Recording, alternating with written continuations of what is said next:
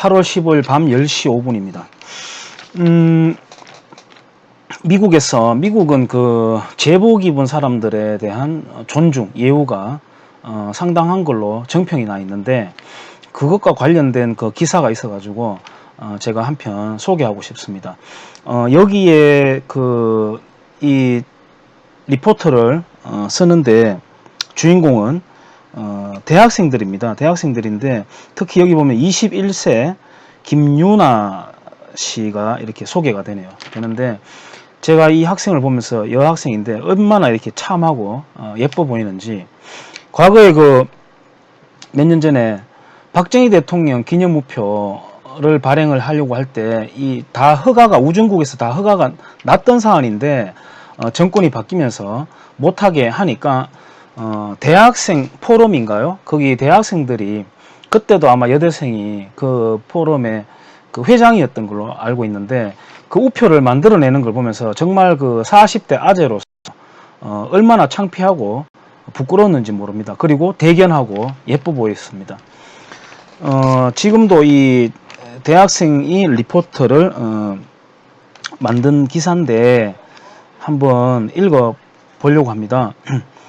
워싱턴 참전용사 행사 현장에 간 모양입니다. 21세 김유나에게 자유의 가치란? 이렇게 시작합니다. 환호하라 우리의 진정한 영웅들, 제2차 세계대전과 6.25 참전용사들이다. 지난달 말 미국 워싱턴 DC 로널드 레이건 공항 출구에서 티셔츠를 입은 한 남성이 성조기를 들고 행진했다. 그 뒤를 휠체어를 탄 노병들이 뒤따랐다. 짐을 찾거나 지인을 기다리던 사람들이 하던 일을 갑자기 멈췄다. 곧 환호와 박수가 터져나왔다. 처음 보는 참전용사에게 갈채를 보낸다. 지나가던 행인들이요, 비가 오면 우산을 펴듯이 너무나 자연스럽게 사람들은 자리에서 일어섰다. 이 노병들은 미국 각지에 있는 2차 세계대전 및 6.25 참전용사들에게 워싱턴 DC를 방문할 수 있도록 한 아너 플라이, 명예비행이라고 합니다. 참가자들이다. 한국과는 너무나도 달랐다. 달라도 너무 달랐다. 동아리 활동을 하며, 동아리의 이름은 한국 대학생 평화 안보 연구회라고 하네요. 동아리 활동을 하며 미국인이 군인을 존경한다는 이야기를 듣긴 했지만 노병들을 동행하며 목격한 참전용사에 대한 예우는 내 예상을 뛰어넘었다. 전쟁 영웅이 타고 있다. 이런 종이판을 앞 유리창에 붙인 버스가 공항에서 출발할 때까지 노병들을 향한 박수는 릴레이처럼 이어졌다. 도로에 들어서자 앞에는 경찰 오토바이가, 뒤에는 경찰차가 버스를 호위했다. 막히는 길에선 앞에 가던 차가 모두 가장자리로 붙어 길을 터주기도 했다. 만약 한국에서 참전용사라는 표지를 단 버스가 비슷하게 이동했다면 어떤 반응이 나왔을까? 이튿날 찾은 메이저리거 야구 경기장에서도 군인을 향한 미국인들의 경외심을 느낄 수 있었다. 6회가 끝나고 난 후 복무 중인 군인들이 필드에 섰다. 이들의 모습이 노고에 감사드립니다 라는 문구와 함께 전광판에 비쳤다. 모든 사람이 기립해 박수를 보냈다. 어린이들에게 모자를 벗어야지 라고 가르쳐주는 어른들 모습도 보였다. 모자를 이렇게 벗어서 이제 가슴에 대면서 예우를 표현하는 거죠. 미국인이 이토록 열렬히 군인을 존중하는 이유가 궁금했다. 휠체어를 탄 노병과 무릎 꿇고 앉아 대화하던 미건 오브라이언 씨는 이들은 인생을 바쳐 자유를 지키기 위해 싸웠으니까 라고 했다. 그들이 희생하지 않았다면 우리와 당신 나라의 자유가 보장될 수 있을까요? 자유민주주의 가치를 믿는다면 이를 지키기 위해 싸운 분들께 당연히 존경을 표해야 한다고 생각합니다. 그렇다. 누군가는 자유를 지키기 위해 피를 흘리고 목숨을 바쳤다. 우리가 너무 잊고 사는 건 아닐까? 대한민국은 지금 운동권 세력들은 저는 자유민주주의를 주장했던 운동권이 아니라고 생각합니다. 그때 무수한 대학생들 그리고 화이트 칼라들이 동참한 그 민주화를 향한 열기에 사이에 끼어들어서 편성한 인민민주주의 운동 세력이라고 저는 생각합니다. 그 세력이 지금 대한민국을 하이제킹 했다고 생각해요. 이인영 씨가 지금 더불어민주당의 원내대표인가요? 이인영 씨가 얼마 전에 인터뷰에서 386에 대한 비판도 많다. 그러니까 지금 386은 30대가 아니라 이제는 50대니까 586이라고 하겠죠. 운동권을 지칭하는 단어인데 386에 대한 비난도 많다라고 하니까 이인영 씨가 이렇게 답하더라고요. 우리도 경쟁했다. 우리도 권력을 얻기 위해서 경쟁했다. 우리를 비난한다면 우리와 경쟁해라. 이런 이야기를 하던데 정말 그 신문이지만 얼굴에 침을 뱉어주고 싶더라고요. 도둑이 경쟁을 했다고 하니까 참 웃지 못할 일이죠. 저는 그 세력들은 민주화라는 이름을 쓰면은 안 된다고 생각합니다. 물론 지금은 민중민주주의, 진보적 민주주의 이렇게 변천해 오면서 다 떼버리고 이제는 그냥 민주주의라고 써요. 그러니까 어떤 민주주의 하면은 자유민주주의라는 말은 절대 안 쓰죠. 작년에 그 청와대발 헌법 개정안에서도 민주주의 앞에 자유를 빼려고 했던 세력이지 않습니까? 근데 유시민 씨는 그랬죠. 자유 빼도 잘 돌아가요 라고 이렇게 이야기하던데 진짜 구역질 나오는 인간들입니다.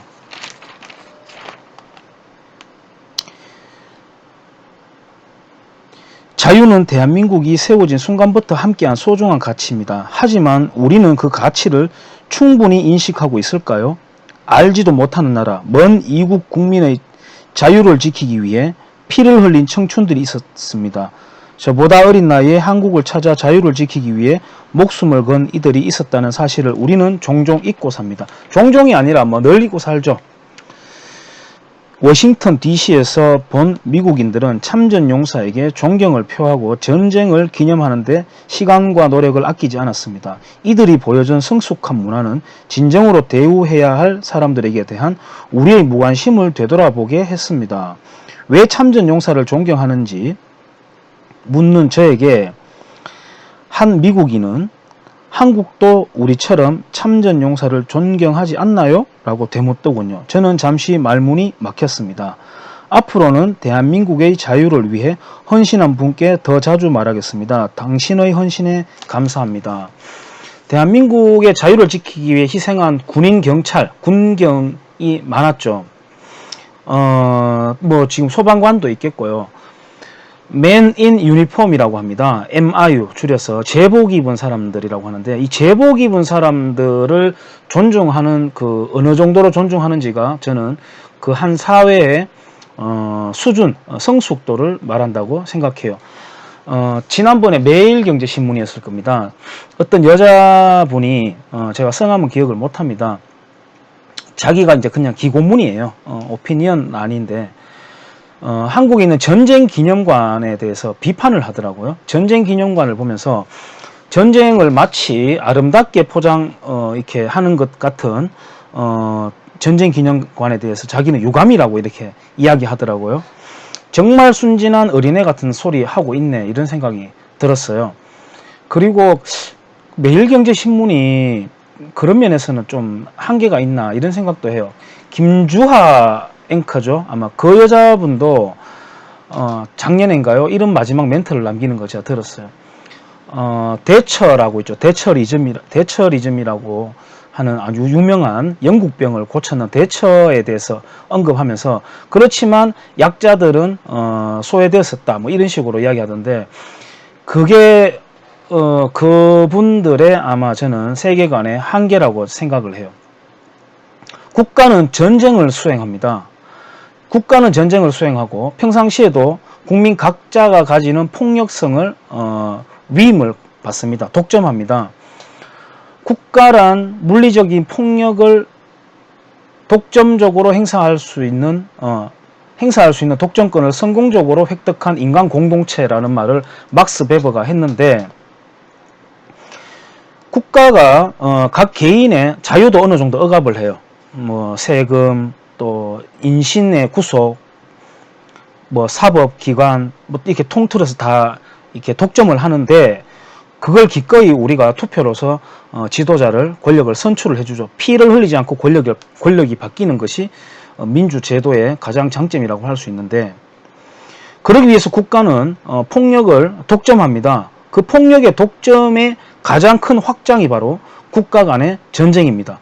그걸 하지 않고 그 임무를 해태해버리고, 지금 문재인 정권처럼 안보를 열어줘버리고 평화라는 이름을 걸어놓고, 전쟁과 평화라는 걸 아무런 등식이 상관이 없는 거 두 개를 갖다 놓고, 넌 평화가 안 좋니?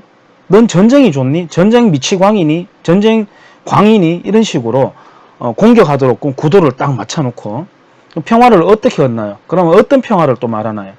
예를 들어서 민주주의의 종류가 많듯이 평화에도 종류가 많겠죠. 노예 같은 굴종의 평화도 있을 거 아니에요. 그거는 말하지 않고 그냥 전쟁과 평화를 턱 갖다 붙여놓고 이렇게 국방안보를 해체해가는 과정, 이런 거는 국가 반역 행위입니다. 국가라는, 아까 말했듯이 전쟁을 수행을 하면서 전쟁을 무릅쓰더라도 그 국가 정원들인 국민의 재산과 생명을 지켜야 되는 게 국가 권력자의 가장 큰 덕목입니다. 그런데 그걸 해태하면은 그걸 우리가 이적 행위라고 합니다. 이적 행위라고 합니다. 이적 행위를 하면 여적죄라고 하는데, 여적죄의 처벌은 하나밖에 없습니다. 사형입니다. 사형.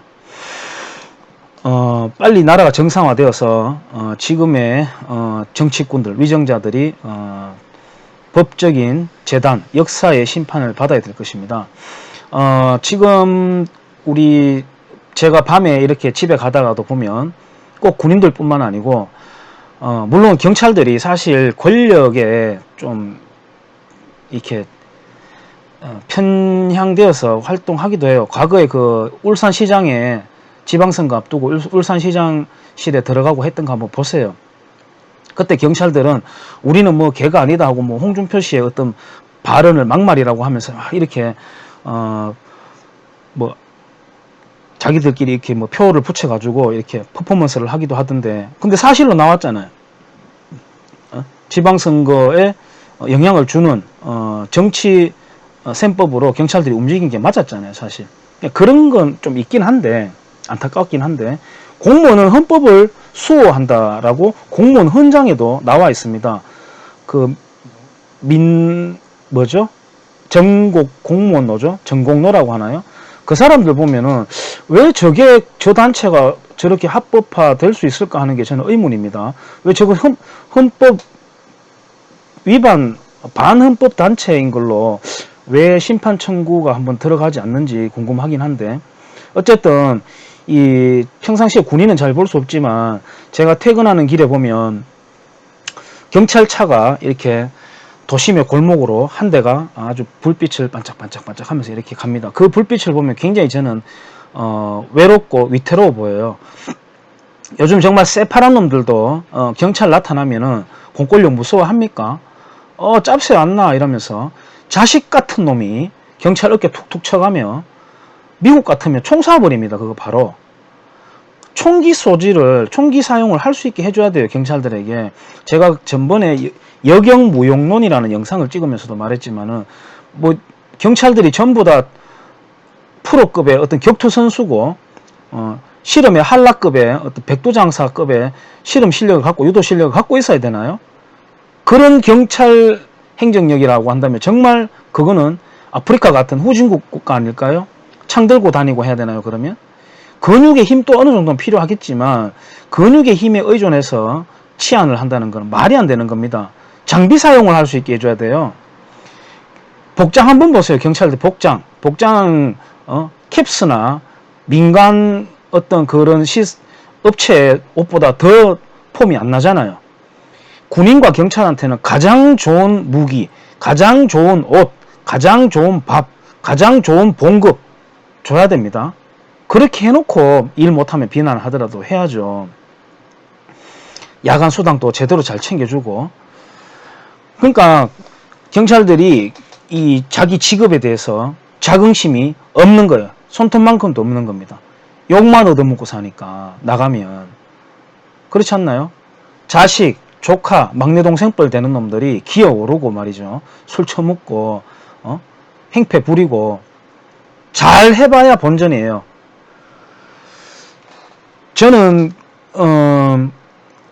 우리 도장 주변에서 경찰관들이 음주 단속하고 있으면 꼭 제가 못 보면 모르겠지만 꼭 음료수라도 한 병 갖다 드립니다. 뭐 자랑으로 들리겠지만 자랑할 만하지 않습니까? 갖다 드립니다. 그리고 제가 조금 열혈이다 보니까 약간 오버하는 걸 수도 있는데, 이것은 음주 단속을 당하는데 자기가 음주 단속 당하면서도 오히려 경찰관한테 막 행패를 부려요. 그리고 전화해가지고 동료들 막 불러가지고 경찰관 에워싸가지고 막 위협적으로 하는 것도 제가 봤습니다. 그래서 제가 가가지고 뜯어 말리고, 오히려 저도 민간인이니까, 민간인 대 민간인으로서 오히려 제가 이렇게 커버해주고 했던 기억이 있습니다. 약간 오버하는 걸 수도 있는데 저는 좀 기질이 좀 그렇습니다.